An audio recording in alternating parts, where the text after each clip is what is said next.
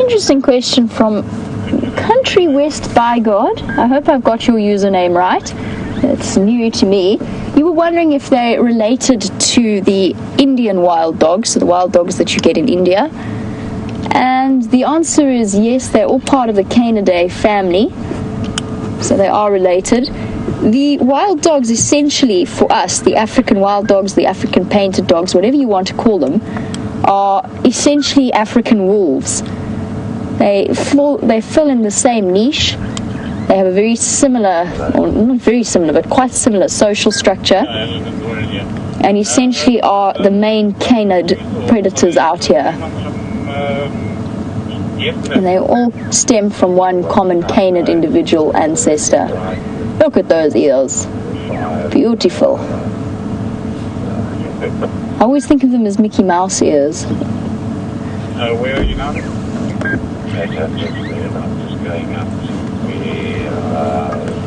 Now, Matthew, I said that they have very full bellies and aren't looking like they're moving anywhere.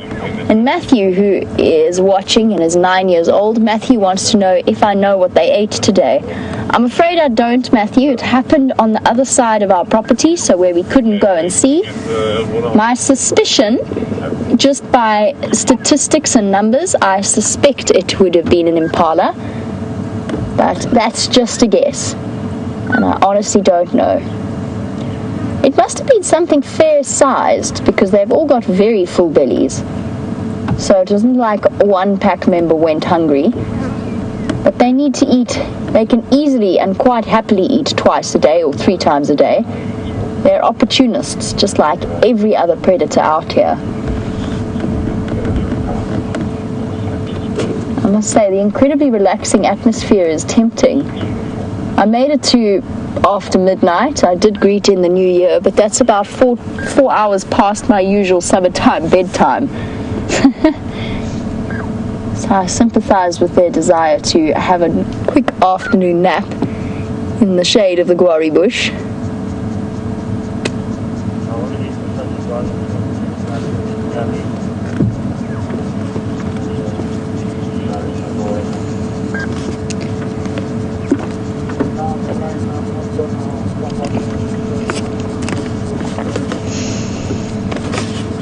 We've discussed a lot about the mortality rate of the wild dogs, and Patrick, who's watching in Arizona, Patrick, you wanted to know what their biggest threat is out here in terms of interaction with other animals.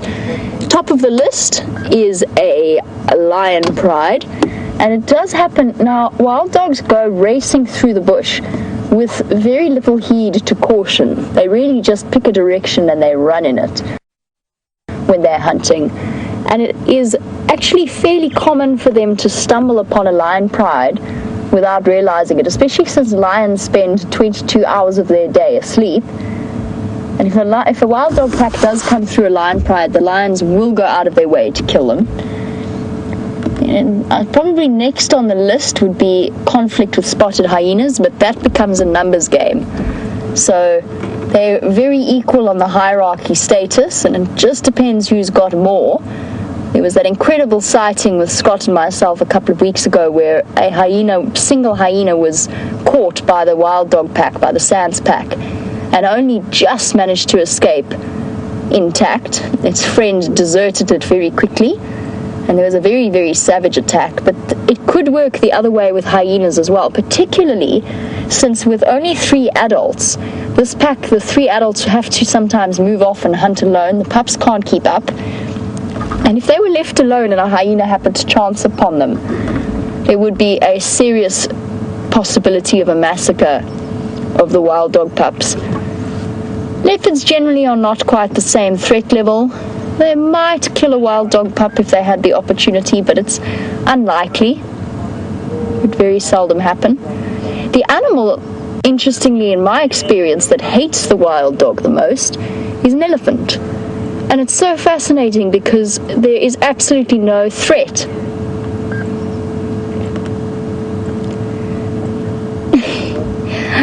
Well, our doggies are still flat, unlike James, who has for some reason decided to climb up a tree.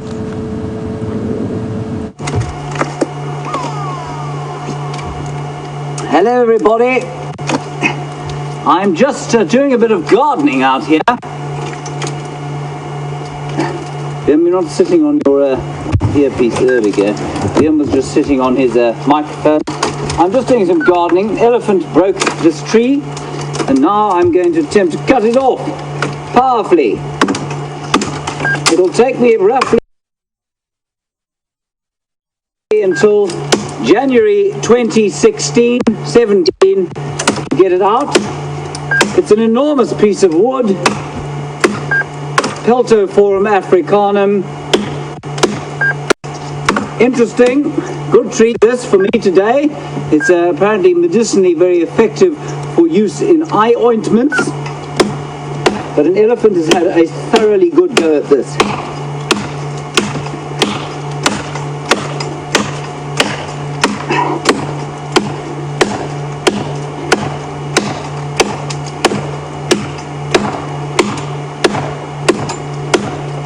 Grief, it's exhausting work. I'm not sure I'll be able to do it. So, just importantly, viewers, the reason I'm doing this, of course, is that the tree is over the road, so it must be taken down, or I'll have to make a new road, which is more ecologically damaging, of course, than breaking this tree off.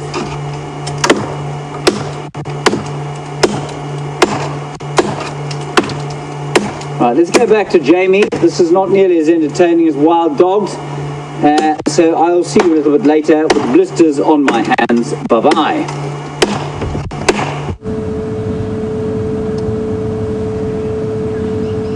And of course, there is no better way to greet the new year than for James to climb a tree and possibly begin some gardening. There you can see that perfect example of that white tip of the tail. Oh, big stretch. That is that a female cub?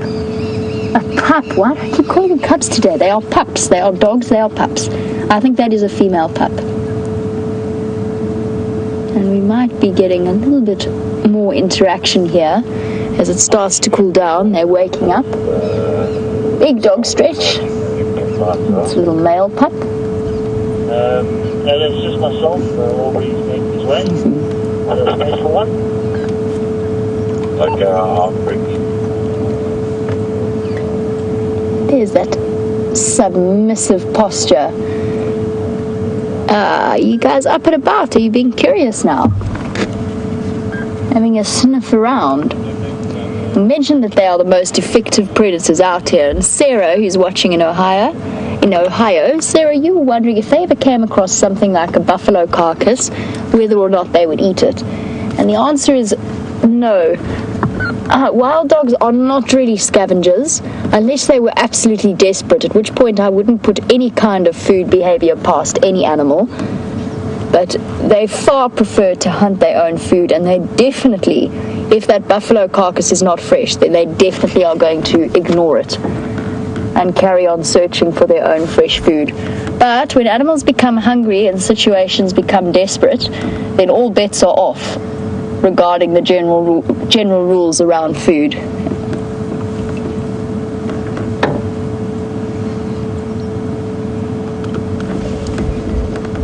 Now, very often when animals like wild dogs or lions start to yawn like that, it can quite often be a sign that they are going to start getting up and moving about, just like the first two pups did.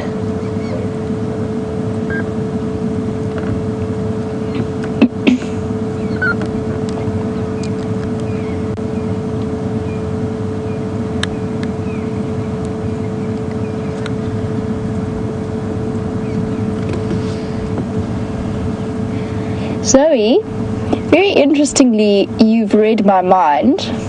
I was just thinking about if we had to choose an animal that we identify with the most, what would it be, or what would I say would best represent my personality? That's a tough question. It is a very tough question. Zoe, that is a tough question.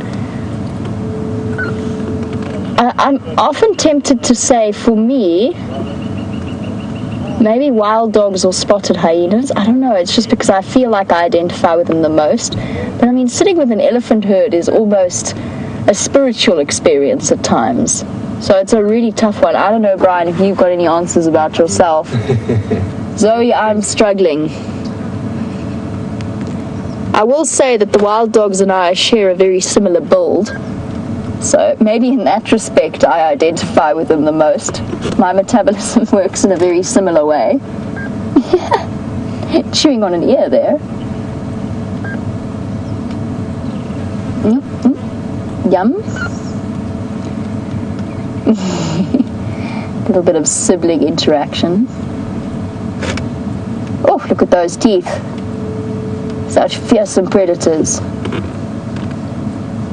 As you nip each other's faces.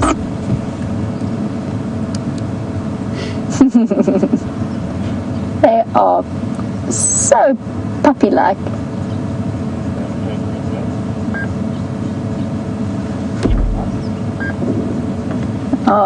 Joyce has joined us on this wild dog sighting, and you were wondering, Joyce, when they start to breed. The earliest example of a male breeding was at 1.5 years, but that is a very, very unusual example. It's probably going to be around 2 to 3 that they have their first breeding opportunities, if they've been lucky enough to become an alpha. Females, it's around 2 that they start to come into estrus and to breed. They're all so this is the laziest sparring I have ever seen. They try to play with each other, but in the sleepiest kind of way.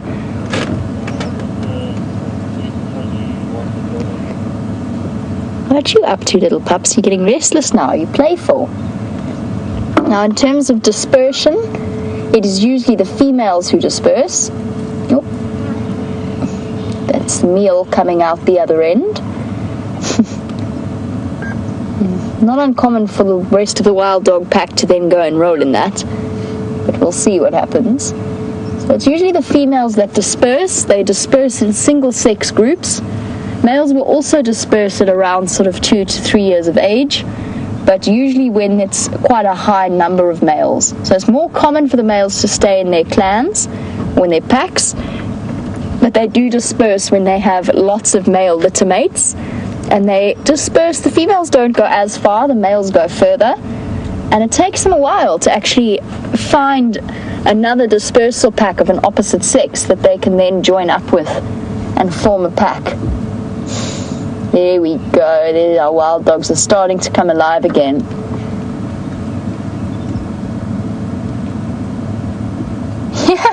I'm going to climb under you now so that I can chew on my sibling's face.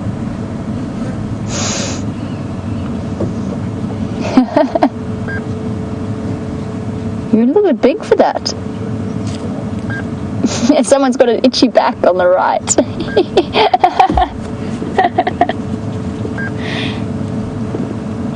There we go. That looks like another female pup.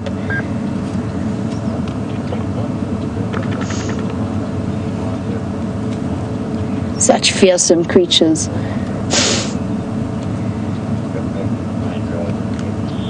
They look so like domestic dogs when they behave like this.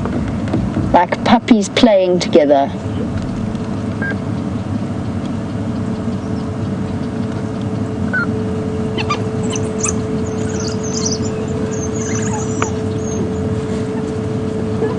Pat, who's watching in Florida, can you hear those squeaks?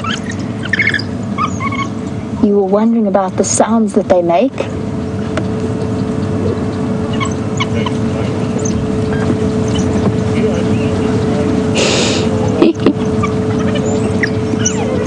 Hear the little squeaks and giggling sounds in answer to Pat with perfect timing.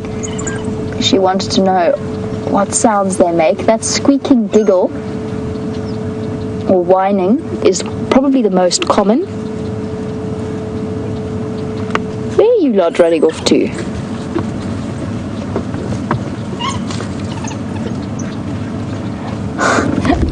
And just like that, off we go. Oh. There goes the adult to go and fetch them. They're gambling, they're just playing. Never mind. We were going to move. They are now coming straight back towards us, so we have no need to go anywhere. Squeaking and yipping like puppies playing. The other sound that they make, Pat, is a very, very interesting sound. You're speaking about puppies. And this is why a wild dog sighting is worth staying at, because they're never boring.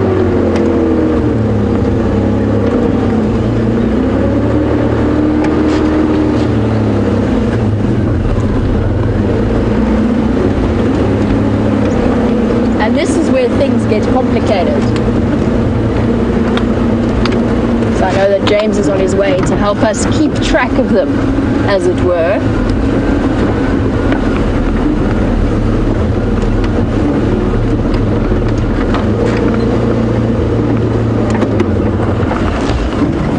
All now rushing down to the dam to have a drink at the mud. There's one collective unit. 1, 2, 3. Oh, trying to count wild dog puppies is like trying to herd wet cats. One of them still got something in its mouth there. It's had it the whole time. I think it's still clutching its dung ball or whatever it is. Hard to tell. I don't know what that is. A muddle of pups in the mud.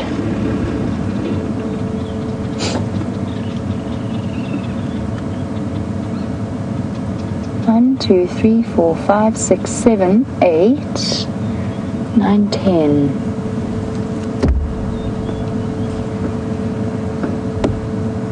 One, two. Oh, there's a head there. Okay, we do have 11 puppies. Thank goodness, I thought I'd miscounted. Now, we've chatted a lot about dispersion. And Elaine, you were wondering, when wild dogs do disperse, do they form their own pack or do they join up with another pack? And the answer is, when they disperse, it depends on what they find. Their chances of getting accepted into a well-established large pack are actually fairly slim, and quite unusual. It's more likely that they're going to encounter a sort of a split away from another pack, so another split of males, say, at which point they will form their own new pack. But it's only recently that we're really starting to understand the mechanisms and the way that this the way that this plays out in wild dog society. Which is why I say that I think we're going to learn so much more in the next few years. It's brought the toy over, whatever the toy is. I can't figure it out. Mud? It's not a hoof. I don't think. Might be dung. This little boy's been carrying it around like a trophy all afternoon. What have you got there, mister?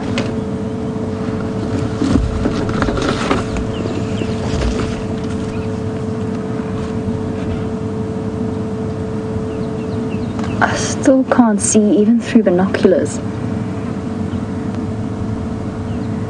It really looks like a piece of dung. But it's just like a puppy playing with a toy.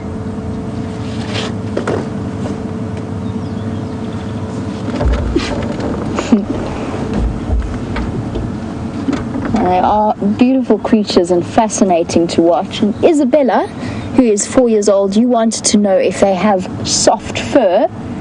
And their fur is very, very coarse, unless it's around sort of their tummy area. So if you've got pet dogs or cats at home, that's where the softest fur is, and behind the ears. And obviously the puppies as well will have much softer fur than their parents, than the adults. The adults are starting to move away from the pups. I'm trying to work out what they're going to decide to do, if they're going to go on the move or not.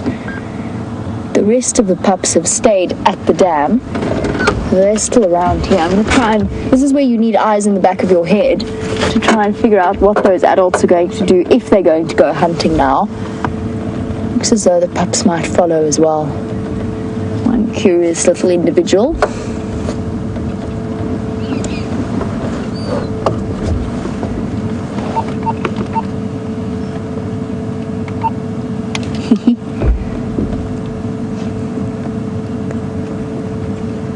Hello, guys.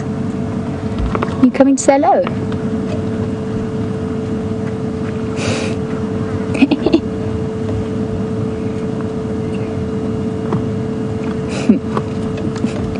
curious little boy.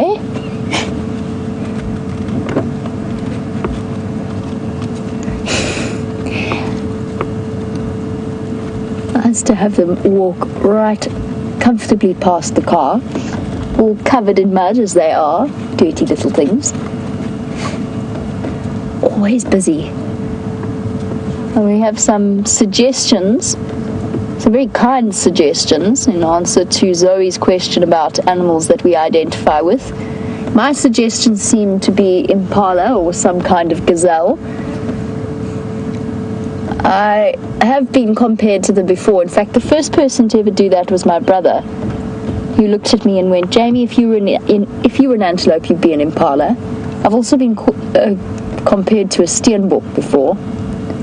And Paul Rizzo, you've also suggested that maybe James would be a monkey, of course. Oh, don't poo in the dam. That's not... Oh, well, I suppose there's no water there anyway.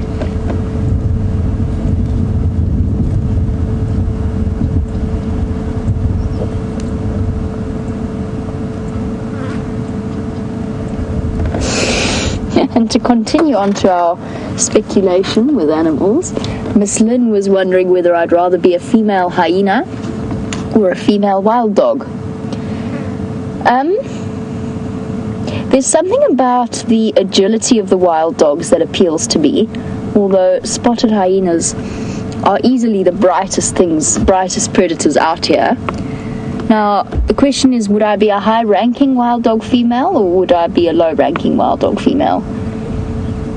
Because that, I think, is where the decision lies. I don't know, I can't choose.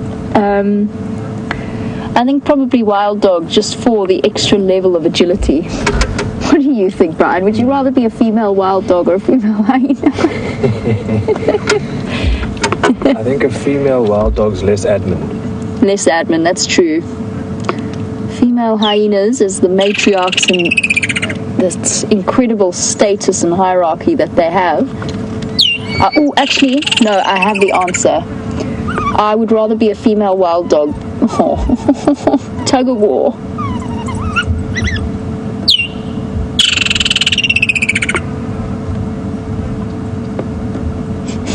A bit of submissive behavior going on there. One is carrying a stick, the other one wanted it. And they learn from a very early age that those begging whines are the way to get your own way, rather than trying to fight it out. Oh, are there any wild dogs behind me, Brian?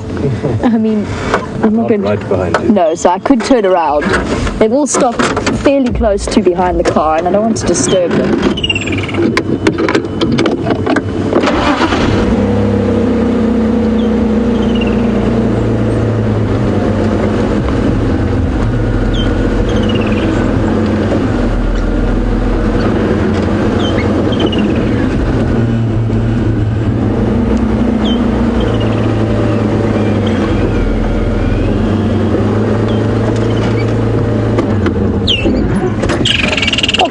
Thank you very much for letting me know about a documentary on YouTube known as Solo, which is about a lone wild dog who then goes on to adopt other predators as part of her pack, including a hyena and some jackals.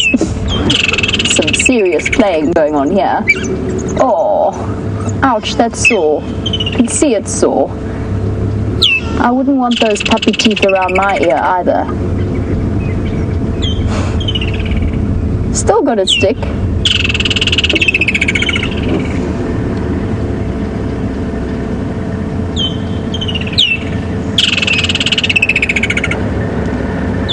Ak, you were wondering about those giant radar-like ears of the wild dogs and whether they have any functions, and yes, they do.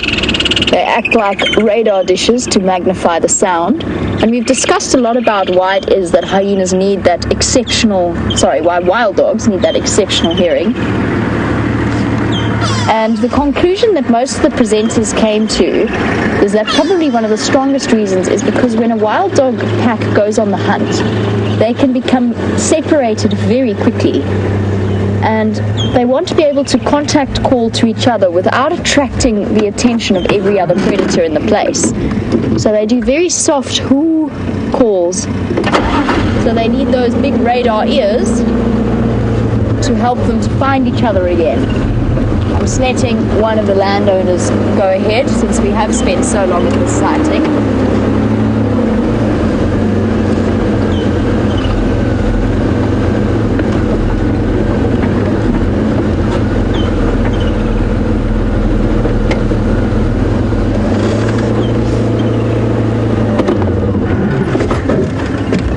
Go. We'll stay here for now with this view. We may have to reposition in a moment, but for now we've got a nice view of the pups.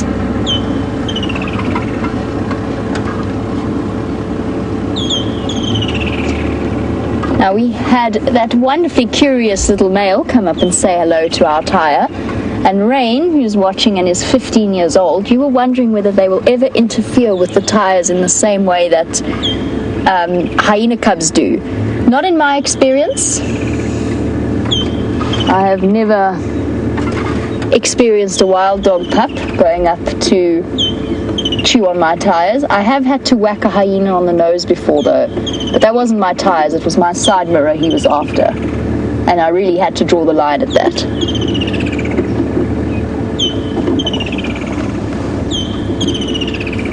And I've had many oil caps stolen.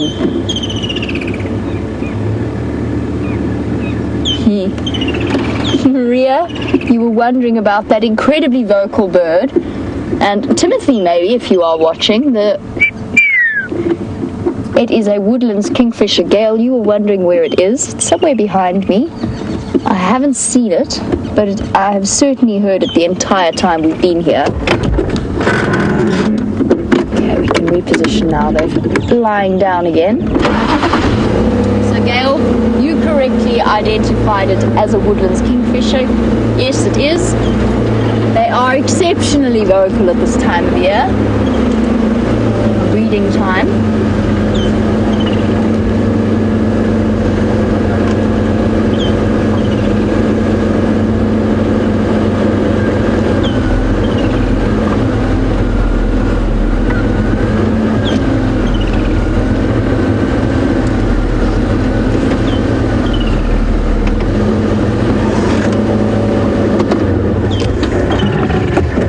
So their playtime session and a quick drink at the dam is now complete. And they've settled down again. But we could well be getting more and more action. Every now and again there's an ominous rumble of thunder. Now I said that I doubted it was going to rain, but I will say that the storm has rolled in much more slowly than the others have in the past that have been all noise and basically political thunderstorms with all noise and no action. Hopefully we might be getting some rain tonight. That would be wonderful. You think we're going to get rain, Brian? I hope so. I hope so too. It would be so nice. We were chatting about it earlier this afternoon and just discussing how this dry heat is incredibly oppressive.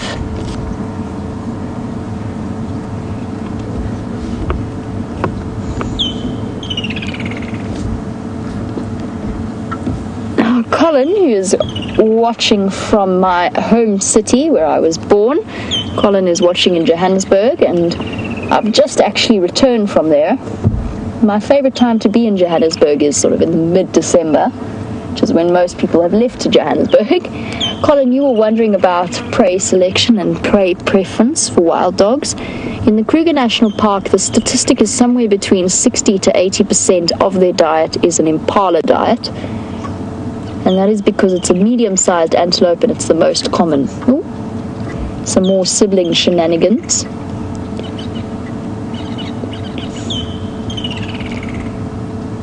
At least they're never bored or boring. So Colin, it will mainly be impala. The rest of that will be supplemented by things like steenbok, occasionally nyala for the bigger packs, although nyala is more sizable prey. Interestingly, wildebeest calves are also on the menu, but wildebeest are not afraid. So adult wildebeest are not afraid of wild dogs, and neither are zebra. And in fact, both of those animals will chase wild dog packs if they can to defend their youngsters.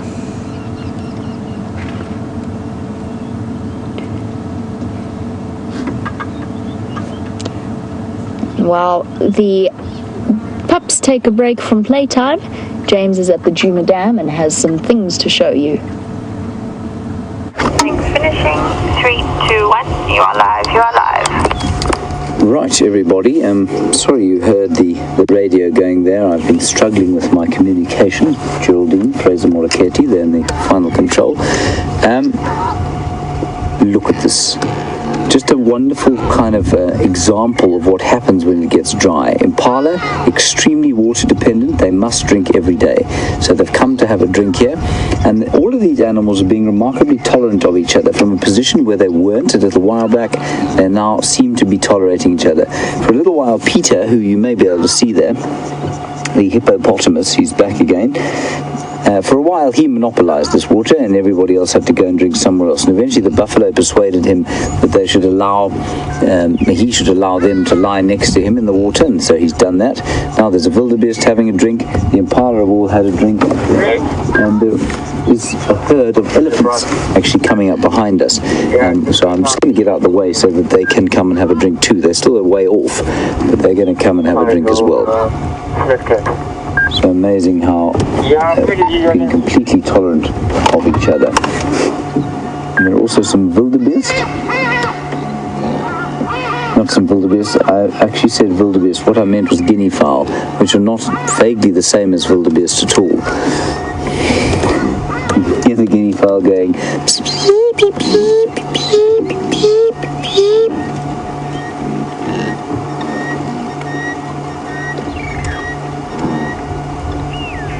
All these little impalas.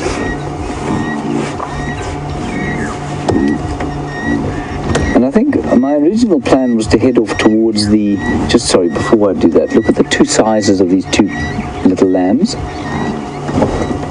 Now they cannot be more than a few days apart, that one in front, and those 2 or 3 days, 2 or 3 or 4 days maybe maximum, have resulted in probably another 10% in size. So they grow incredibly fast. My original plan was to go towards the hyena den, but what I'm going to do is just get out of the way here. There's a herd of elephants coming, and that rather sad herd of buffalo is also coming up here, and I think it'll be quite nice to see them arriving. They're arriving in a cloud of dust, and that dust is the kind of thing that you normally only see in the winter time. It shouldn't be dusting now. There they are, here they come.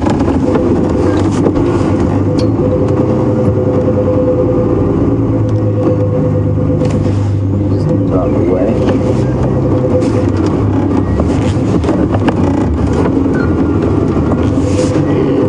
Get out of the way here. Zoe on Twitter, question, what do I do with, and what animal do I think most aptly reflects my character? I've no doubt that everybody in camp probably thinks that the buffalo bull, a grumpy buffalo bull, is precisely what my character is like. I'm not sure what I would identify myself with. I think, I don't know. Let me think about that, Zoe. A fork-tailed drongo, says VM. That's a small bird. Yes, maybe. A slightly aggressive small bird. Yeah, I suppose that could be me, yes. Fork-tailed drongo. Thank you, VM. There are the elephants. Beautiful elephant herd coming here.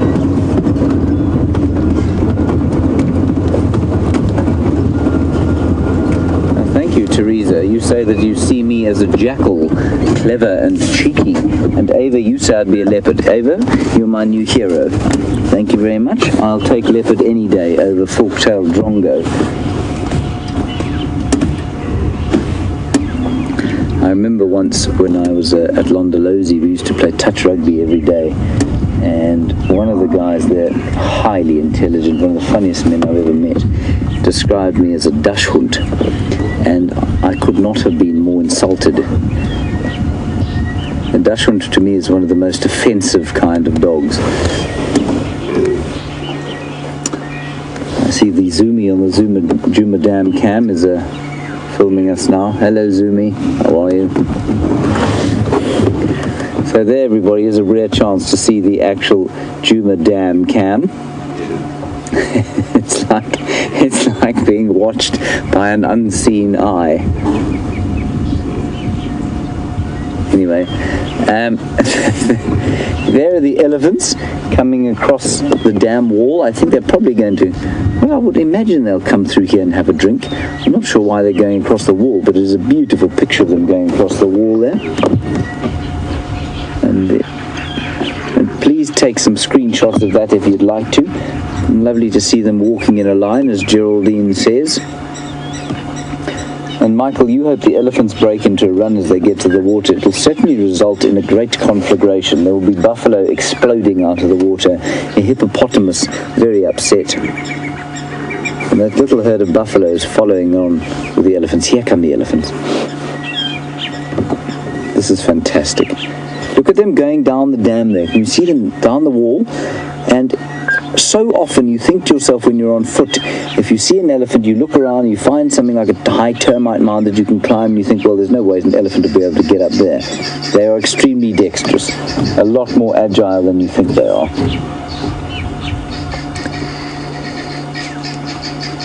This is just wonderful. And there's the one with, I can recognize the one with the collar. She's got a slightly squaff right tusk. That's her at the far end of the dam there, Liam. I don't know if you can see her.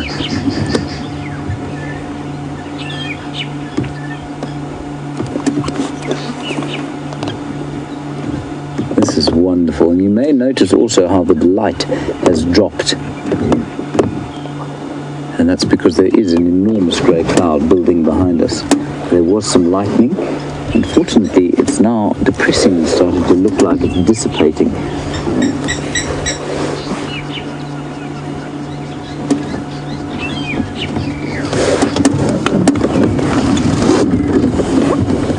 And the elephants are sort of tarrying for a little bit, and the buffalo are now coming straight towards the water. So Ravi, in New York, you want to know about lightning and would it hit elephants? Yes, it could hit elephants, I suppose. I think, though, you know, the number of animals being killed by lightning is very small indeed.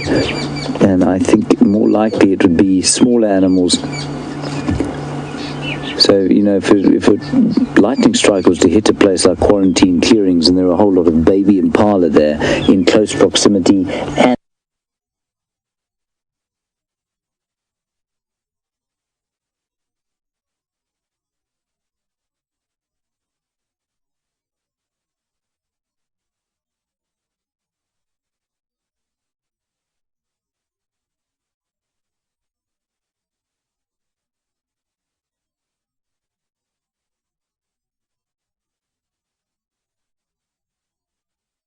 there was a lot of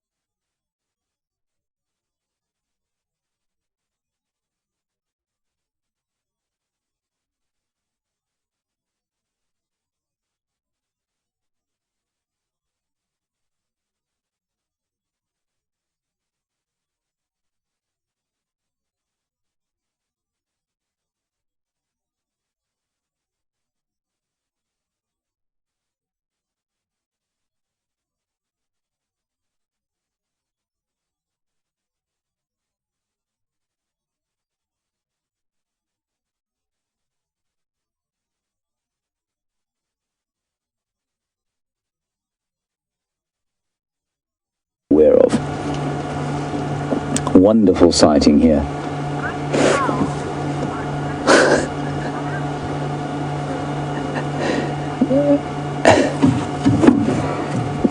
And I think, I'm not sure I got this Twitter handle correct. Is it Good Cow? Good Cow? Or Good Cow? One. Good Cow. Right, that's much better than Good Cow. I'm very glad, Good Cow, that that's your Twitter handle rather than Good Cow. You want to know how many species I've ever seen at once drinking at a waterhole? I think it's probably this one, and we've seen 7 or 8 mammal species coming down here. We had Nyala, bushbuck, wildebeest, zebra, impala, buffalo, the hippo was here, that's 7 already. Then I think elephants came, but maybe not at the same time. So, 7 or 8, I mean, if you sat long enough at this waterhole, you'd probably get 10 mammals in an afternoon. So that's pretty impressive. That's not to include all the birds that, of course, have come through here. Right, let's go round to the Gallagher waterhole. I don't know if the elephants are going to pitch up there, but let's just go and have a look, because it is very close to the hyena den. And I think after a day like this, there may be a few hyenas going to have a drink there.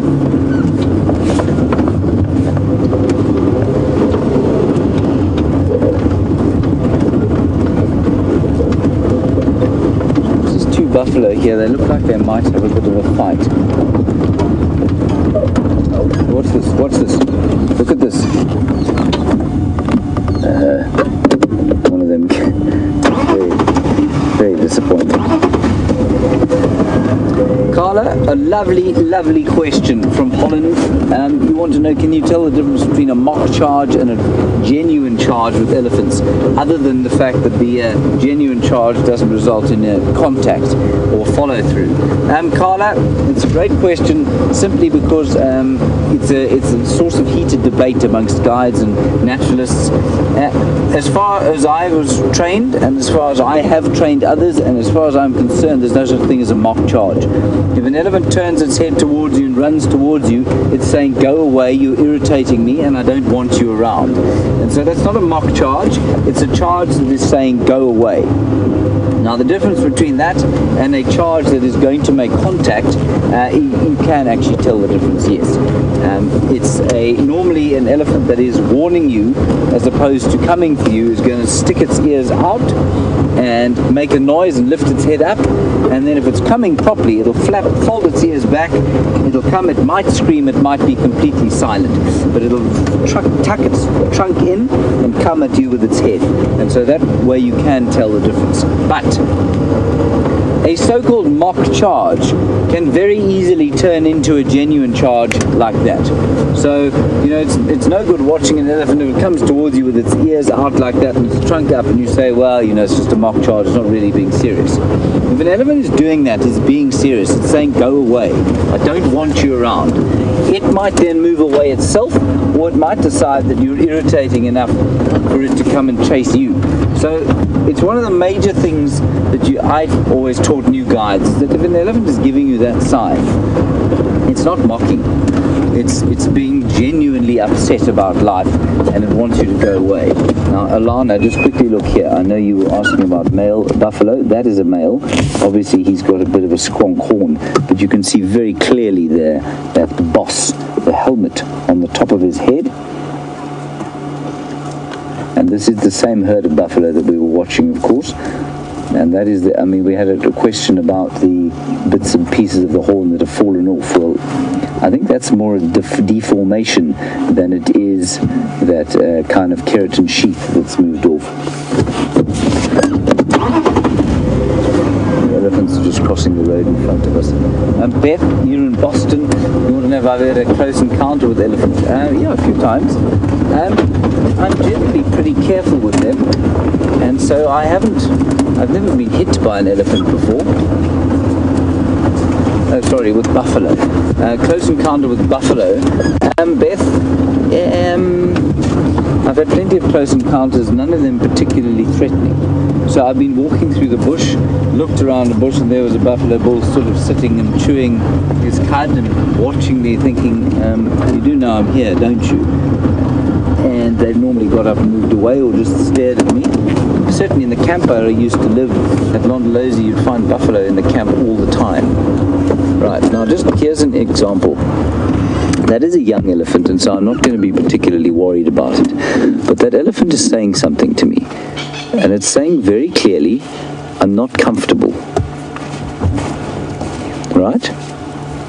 Now, if an adult elephant does the same thing, and you then continue to follow it, and continue to push it, eventually that ears out display is going to turn into something more serious.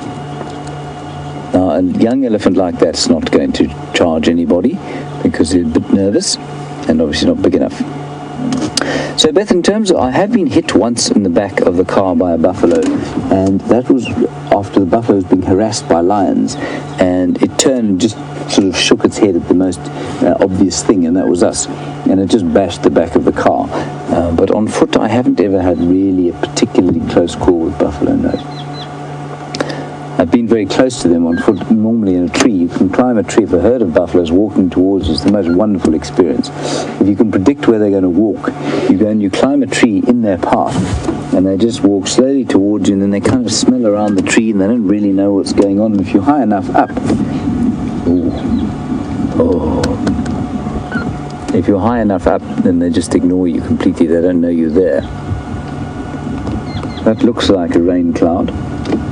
Whether it will acquiesce to give us anything in the form of moisture, who knows? But there is a really nice sound of thunder in the distance.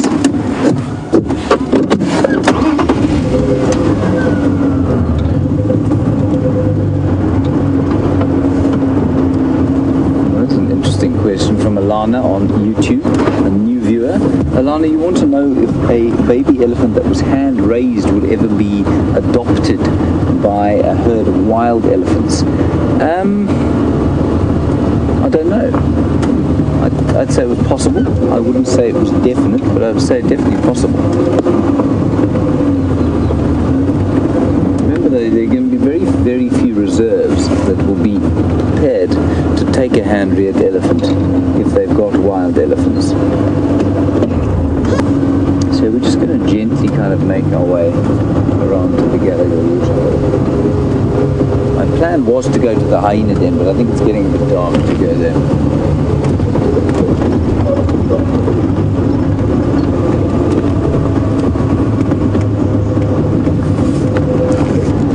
Nigel on Twitter, a very lovely question. Which animal pulls rank when they get to a waterhole? Nigel, it's very simple. The bigger you are, the sooner you're going to drink. It's that simple. Big bull, we watched a big bull with a herd of elephants the other day. The buffalo moved out the way, the hippo moved out the way, the wildebeest moved out the way, and the big bull chased all the other elephants away and he drank. So that's how it works. The larger you are, the more you're going to drink and eat out here.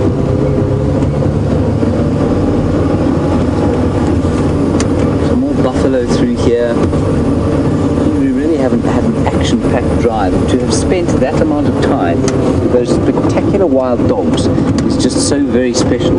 And I hope, especially for those of our first-time viewers, sometimes when people see those wild dogs for the first time, they think, oh, well, that looks like a kind of relatively nicely coloured domestic dog, without really realising, because people don't know about them. They know about lions and leopards and elephants, and not so much about those spectacular dogs. So to have spent so much time with them is just very special indeed. There is some lightning to the west, but that western horizon is now starting to lighten up, which is depressing to me.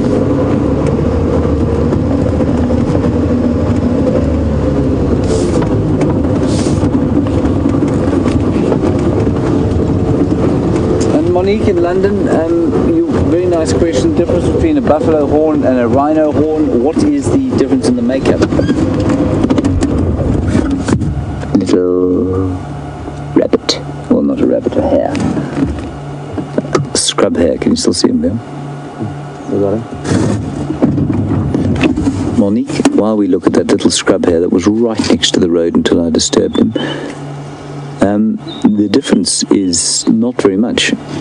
The keratin sheath on a buffalo horn is pretty similar to exactly what a rhino horn is made of, but obviously inside a buffalo's horn is bone. You know, it's part of it's fused to the skull, which of course a rhino horn has no bone in it at all.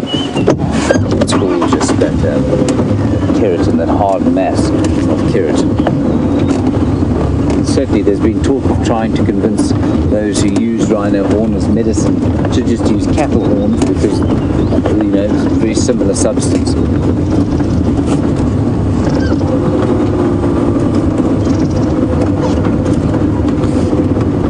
can see how dark it's getting, even though we've still got quite a lot of time left to go. It's just because of the cloud.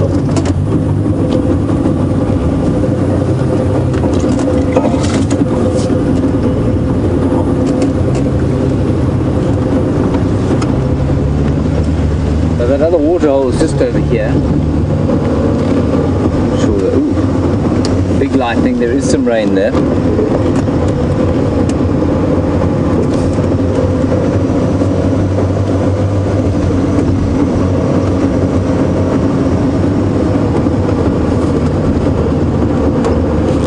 More buffalo here. So while that herd was quite pathetic, there are lots and lots of buffalo bulls around the place. VM's favourite, aren't they, VM? Yeah, another one.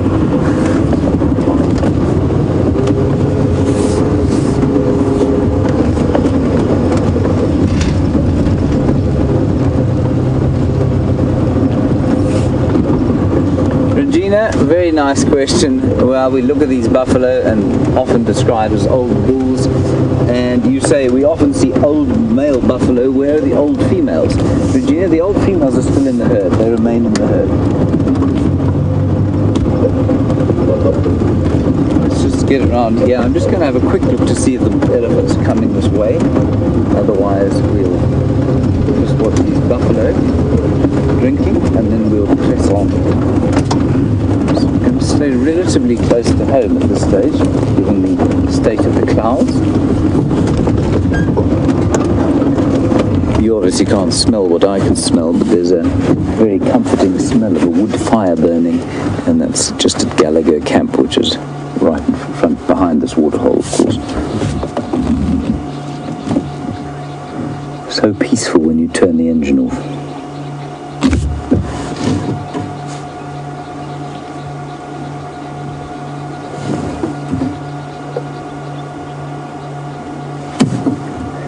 And the buffalo having a very nice drink there.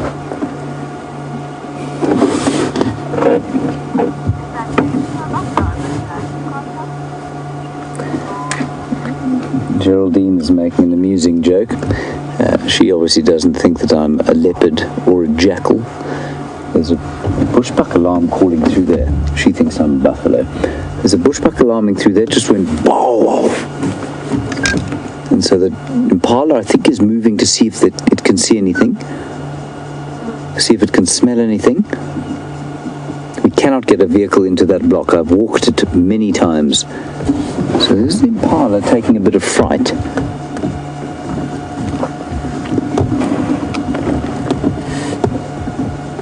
It's quite interesting. It's worth just sitting here for a little bit to see what comes this way.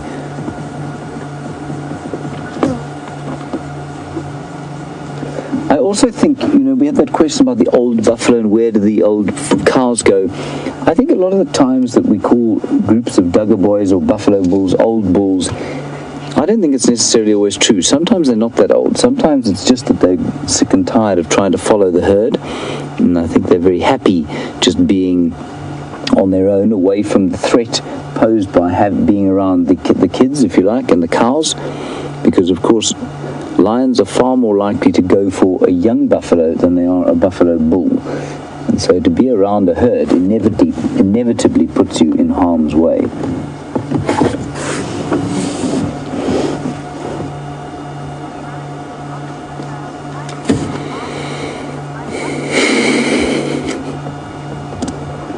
Would you like to field that question, or shall I do it for you? Go ahead. I'm not, Union doesn't allow me to speak. Rosie, Rosie, you want to know why it is that VM is not that partial to buffalo? I think he just finds them slightly tedious. They don't. I think he's used the term the only good buffalo is the buffalo with the lion attached to it. I think he prefers the action. You know, it's not the kind of the subtle. They're a bit subtle for him, I think.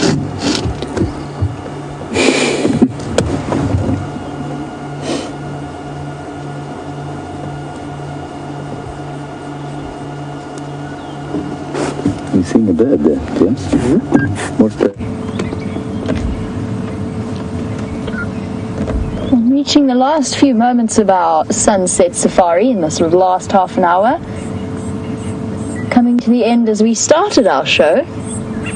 The wonderfully striking ground hornbill, giving us a very close look and having a quick groom. I'm fairly certain this is one of the three that we saw. And there's another one further behind it, but it's very difficult to see from this angle. And hopefully this is not a bad place for a ground hornbill to be looking for a nest site. It's right on a drainage line, which means that there's some nice big solid trees for them to find a crevice in. Something high enough that the chick is kept safe out of the way of predators. And for a big bird, it can be a surprisingly small hole.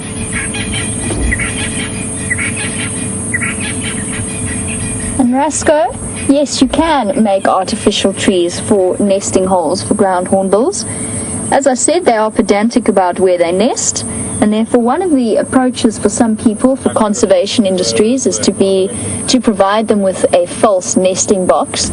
Something that we tried to do where I used to work after a very regularly used hornbill nest was struck by lightning and half of the tree disappeared. And we tried to help them out by putting up a fake nest box. As it was, something else went and nested in there, but it wasn't a ground hornbill, and it took them about 2 years before they found another successful nesting site.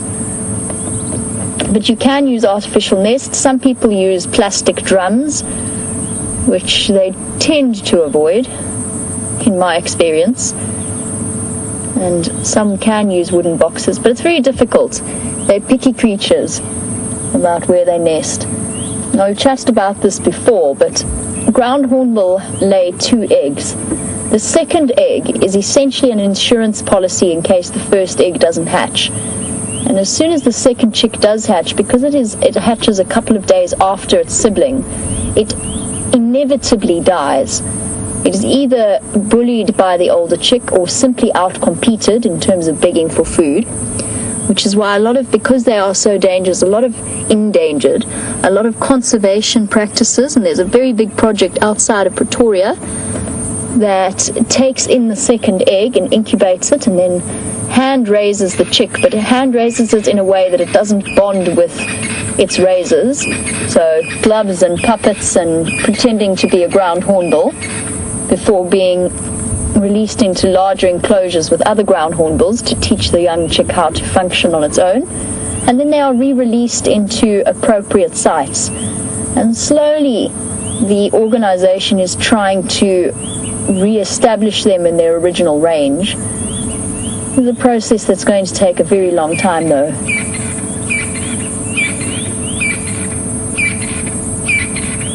I mentioned that the birds are tagged by certain research organizations and conservation organizations. I've been trying to look to see if there's a tag on the wing or a tag around the leg. Usually it's a little band that gets locked around the ankle in a way that doesn't impact on the bird at all. Now, what you are seeing is far lighter than what I'm actually seeing, so I'm not sure if any of you guys have picked up on any tags around the bird's feet. I haven't, but with my naked eye it's quite difficult to see.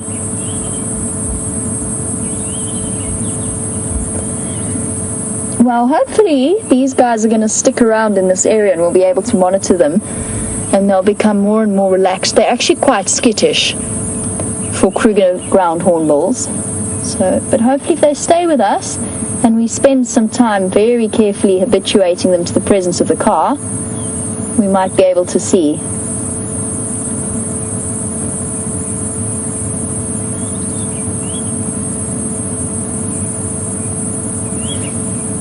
Fiona, in the UK, you were saying that these are locally called Singisis by the Zulu people. And you're wondering whether I knew why, and I don't. I'd love to hear from you if you do.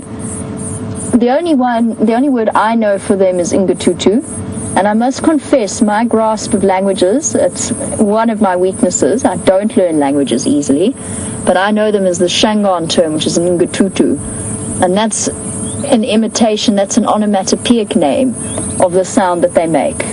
So they sort of go coo coo coo coo coo coo coo coo coo coo coo coo coo. And that's where that name comes from. In terms of the Zulu word, I'm not sure. It might be a question that could be put to James, whose grasp of Zulu is far greater than mine. They are incredible birds, and they've got the most gorgeous eyelashes.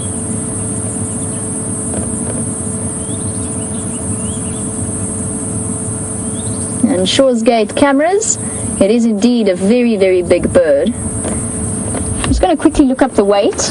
They are very bulky birds for flying birds, and I think they're probably somewhere in the region of close to 12-13 kilograms. But before I suck that figure out of my thumb, let me just double check in my book.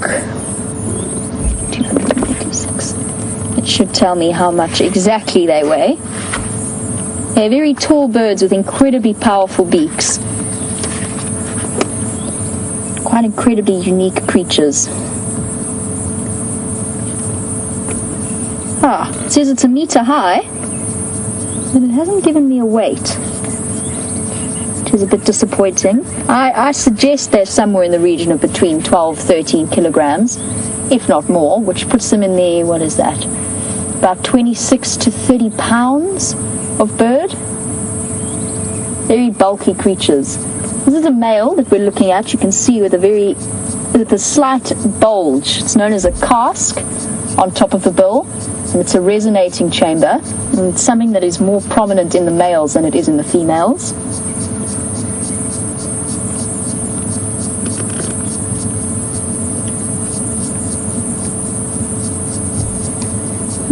Wish I had my other bird book. That does have weights. I know that one has weights. But one of the most unique birds, and I hope that one of the things we can do in these live safaris is to inspire a love for some of the lesser known and lesser seen animals that we get out here.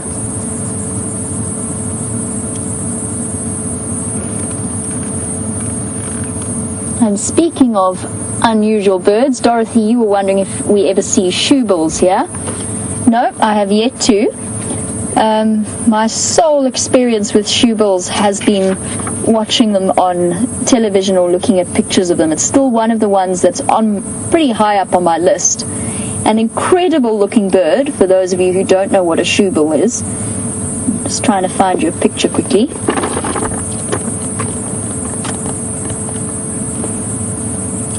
Very, very big stalk that has a very solid beak. Now, shoebills are up more towards sort of Central Africa, in areas that I have yet to travel. Central and just Sub-Saharan Africa. I'll try and get a picture for you to see. That is what Dorothy is talking about. A very large, taller than the hornbill itself, with a very solid, you can see why it's called a shoebill. It's got a very solid, very strong bill.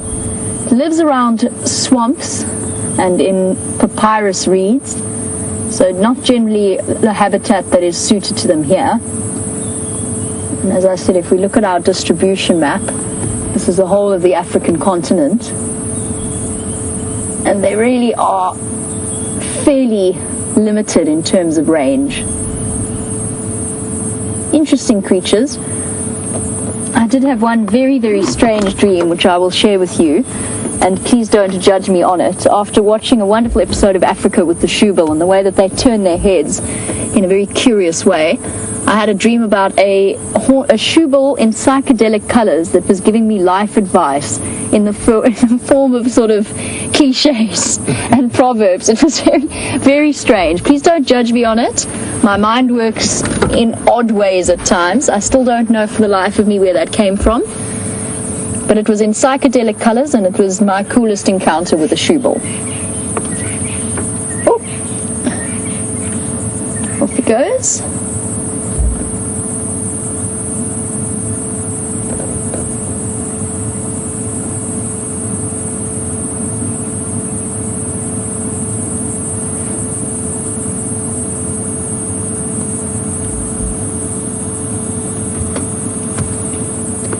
Okie dokie. Well, we've got some interesting feedback from our local language expert, Mr. Henry, who has an incredible gift with the local languages. And apparently there is no Shangaan word for ground hornbill, and that the Ngududu word that I was talking about is a Zulu word, which I had no idea. I really thought that was Shangaan. And that the alternative is another word that's already gone out of my head because languages and I just don't work. But that means English, which is very strange. I don't know whether for some reason the ground hornbills reminded the local Zulus of English-speaking people. Maybe with sunburn. Nsingisi, meaning English. It's a mystery to me. I didn't know that. I've learned something new thanks to the wondrous Mr. Henry, who really, really is probably one of the smartest people I have ever met. Certainly has far more familiarity with the languages than I do. Our hornbills have flown off, but they are going to spend the night around quarantine and around the big trees in the drainage line. And if we're really lucky, really lucky, they might decide to settle down and actually nest here. It's getting a bit late in their breeding season, but maybe they're delaying breeding in the hope that the rains are going to improve, which of course is something that animals can do.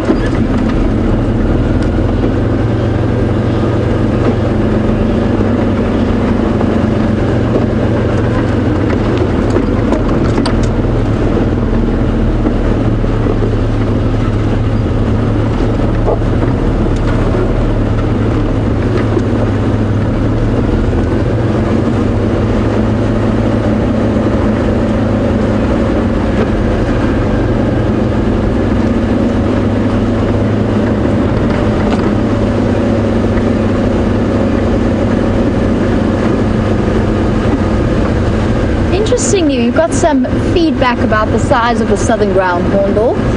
They are, of course, the very large birds, sometimes known as a turkey buzzard, apparently, which is something I've never heard them called, even because, of course, they are neither turkeys nor buzzards. They grow up to 1.5 meters or close to 1.5 meters in height, although I must say that's a very tall ground hornbill. The ones that I've encountered are close to around 3 feet in height. And I've definitely, apparently, overestimated the weight of them, maybe because they do just look so bulky. But apparently they're more in the region of 6 kilograms, so about half of what I originally thought. Which I'm actually quite surprised by. What is that? That's about 13, 14 pounds. Well, thank you, Gareth, for that information on their weight. I would have guessed them at more. But then I've never actually encountered a ground hornbill hands-on before. Never picked one up. The heaviest flying bird, of course, is you all know it. I'm sure our regular viewers, we've spoken about it.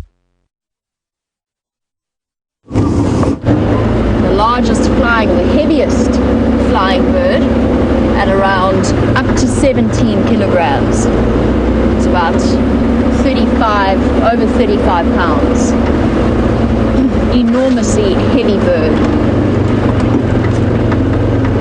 And of course we are not only home to the heaviest flying bird, but also, hello, speaking of birds, Nat.Geo on the road.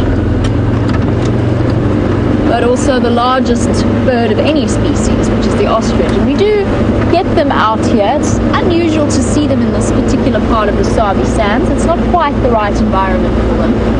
They prefer the more open clearings, more movement. But you do get them around and about Kruger. A bird that I've had some terrifying encounters with in my life, with semi-domesticated ostriches.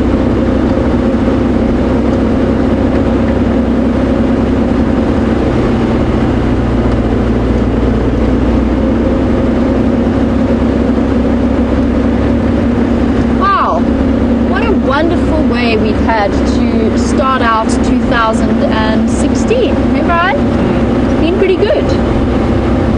I've enjoyed every moment of it, and I'm looking forward to the year ahead with all of you joining us. I feel that this is a year of absolute promise for us all. A very, very special afternoon. Here's Mr. Henry. We had a similar idea. Hello. The fork-tailed drongo man himself.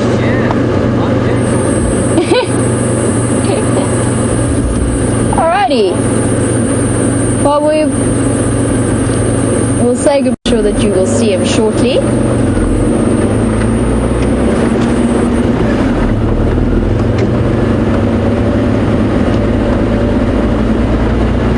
And as I said, a wonderful afternoon. A time spent with the wild dog pack is always very, very illuminating. It's a wonderful place to be just because you get to observe their natural behavior. It's the wonderful thing about these live safaris is that we're not under pressure to move from sighting to sighting. We can actually spend some seriously quality times with the animals that we're seeing. And you learn, in my experience, you learn so much more about the behavior of those creatures. So, wildebeest herd on quarantine. I'm just going to turn my lights down so that we don't blind them at all. Hello, babies.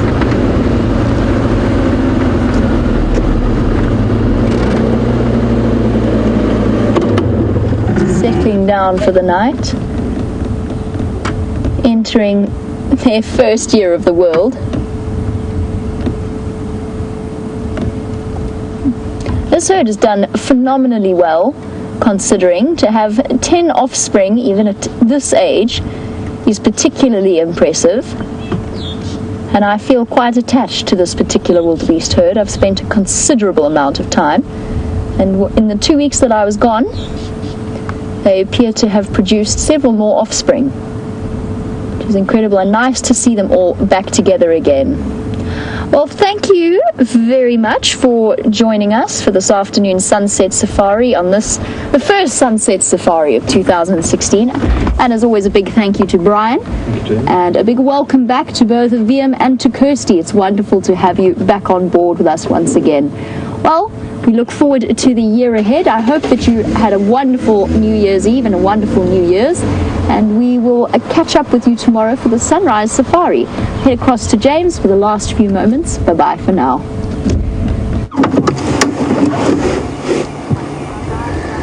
Now, of course, the most amusing thing about where I've parked is that because I'm driving Rusty, Jamie can go nowhere.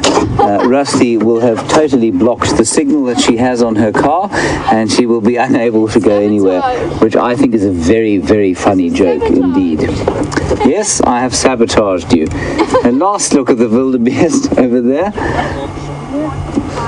And if I'm going to be known as the Mantango or Drongo, let us not forget that Jamie, of course, is Safari Barbie. Thank you, Gracie, for that. Right. And I really can't start the car. Vim, you're sitting on the thing.